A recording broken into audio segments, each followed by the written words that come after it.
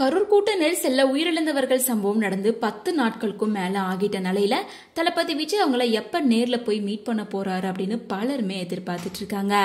இந்த நிலை தளபதி விஜய் அவர்கள் உயிரிழந்த குடும்பத்தை சேர்ந்தவங்க கிட்ட வீடியோ கால்ல பேசியிருக்காராமா. கூட்ட நெரிசல்ல பலியான தனுஷ்குமார் அப்படிங்கிறவருடைய உறவினர் கிட்ட தளபதி விஜய் வீடியோ கால் மூலமா பேசி ஆறுதல் சொல்லியிருக்காரு. நேற்று ஈவினிங் 4 மணி அளவுல தனுஷ்குமாருடைய அம்மாவான உமா மகேஸ்வரி மற்றும் சகோதரியான ஹர்ஷினி கிட்ட வீடியோ கால்ல பேசியிருக்காரு. உங்களோட இந்த இழப்புக்கு எந்த வகையில ஈடு செய்யவே முடியாத பேரிழப்பு. கூடிய சீக்கிரமா உங்களை நேர்ல வந்து மீட் பண்றேன் அப்படின்னும் எப்பவுமே உங்க குடும்பத்துக்கு நான் துணை நிற்பேன் அப்படின்னு சொல்லியிருக்காரு.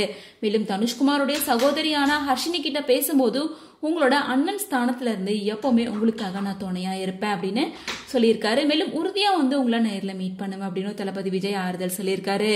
இந்த வீடியோ கால் சுமார் 20 நிமிஷம் வரைக்கும் பேசியிருக்காரு. கூடிய சீக்கிரமாவே பாதிக்கப்பட்ட எல்லா குடும்பங்களையும் தொடர்பு கொண்டு பேச போறதாகவும் உறுதிப்படுத்தியிருக்காரு. மேலும் இந்த வீடியோ கால் பேசும்போது இதை ரெக்கார்ட் செய்யவோ அல்லது கேப்சர் பண்ணவோ வேண்டாம் அப்படின்னு டிவிகே தரப்புல இருந்து வேண்டுகோள் விடுத்திருக்காங்க.